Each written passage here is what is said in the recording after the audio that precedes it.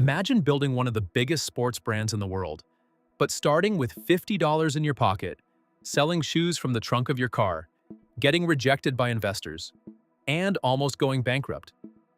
But the crazy part? Today, that small idea became a global empire worth hundreds of billions. This is the unbelievable story of Nike and the man who refused to quit, Phil Knight. A young business student named Phil Knight was studying at Stanford University. For one assignment, he had to write a paper. The topic was how Japanese running shoes could compete with expensive German brands. At that time, the market was dominated by Adidas and Puma. Their shoes were expensive and controlled the global sports market. Phil had a bold idea.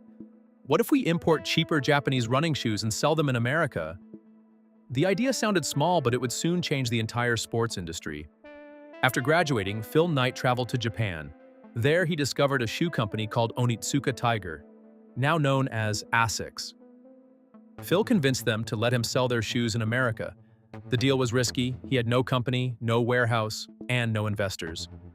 He partnered with his college track coach, Bill Bowerman.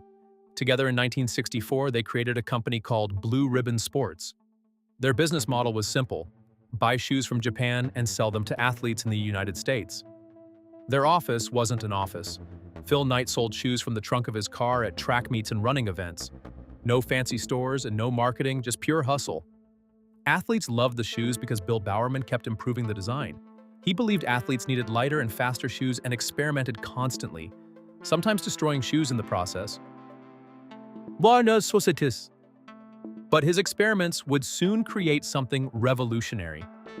One morning in the early 1970s, Bowerman looked at his wife's waffle iron and an idea struck.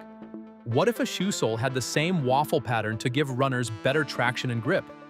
He poured rubber into the waffle iron, and the result was the Waffle Trainer.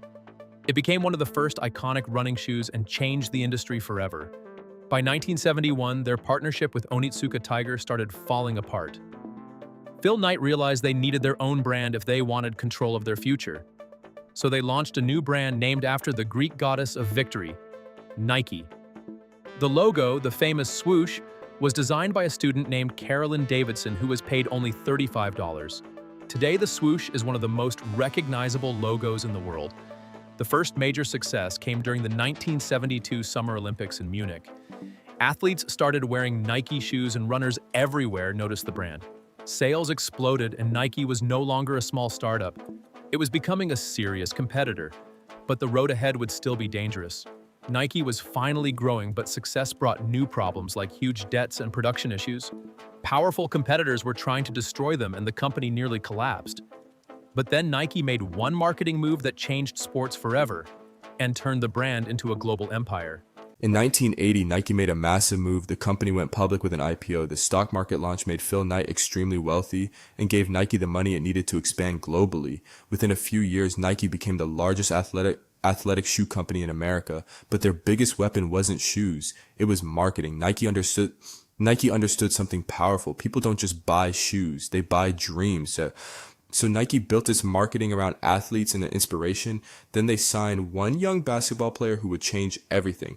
In 1984, Nike signed a rookie named Michael Jordan. At the time, he was just entering the NBA. Nike created a shoe just for him called the Air Jordan. At first, the NBA banned the shoes because of their colors. Nike turned that controversy into marketing. They paid the fines and promoted the shoes everywhere. The result was over $100 million in sales in the first year. Air Jordan became one of the most successful sneaker brands ever.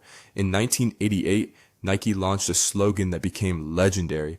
"Just do it," inspired millions of athletes. From professionals to everyday people, it wasn't just advertising, it became a global mindset. Nike expanded worldwide, signing top athletes across sports. Every athlete helped Nike dominate a new sport. Nike became more than a brand, it became sports culture. Today, Nike is one of the most valuable sports companies on earth. The company generates tens of billions of dollars every year. They sell shoes, clothing, sports equipment, and global sponsorships. What started with the car trunk business became a global empire. The story of Nike teaches one powerful lesson. Great companies don't start perfect. They start with crazy ideas and relentless belief. Phil Knight once said, the cowards never started and the weak died along the way. But those who survived changed the world. If you enjoyed this story, subscribe For more business case studies and billionaire stories, the next story might inspire your own billion-dollar idea.